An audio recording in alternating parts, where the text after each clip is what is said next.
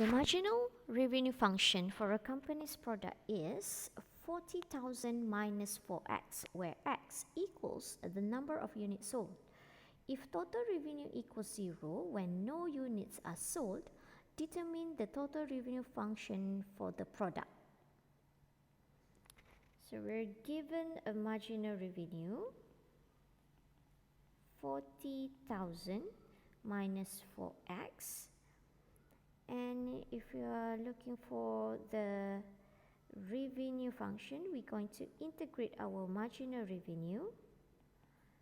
Then we're going to integrate 40,000 minus 4x. So we're going to get revenue function.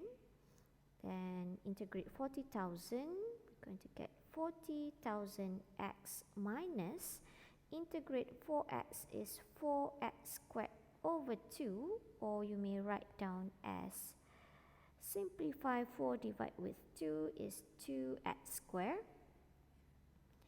And don't forget to plus with k or c or any variables.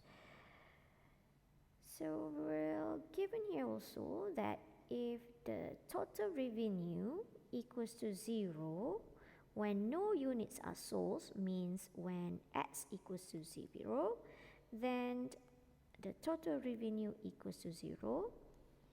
If we substitute into our revenue function, we can find the k. So 40,000 times 0 minus 2 times 0 squared plus k equals to 0 and k equals to 0. Then our revenue function is 40,000x minus 2x squared.